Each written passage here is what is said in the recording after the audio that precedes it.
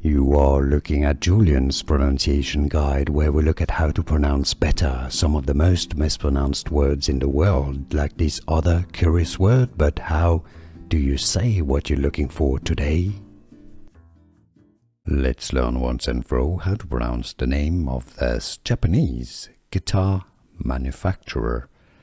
If you want to learn more names from music vocabulary, stay tuned, there are more videos for you, pronounced as Takamine in Japanese, Takamine Guitars in English. It's, if you don't want to pronounce it that exact way, I suggest in English you can say it as Takamine Guitars.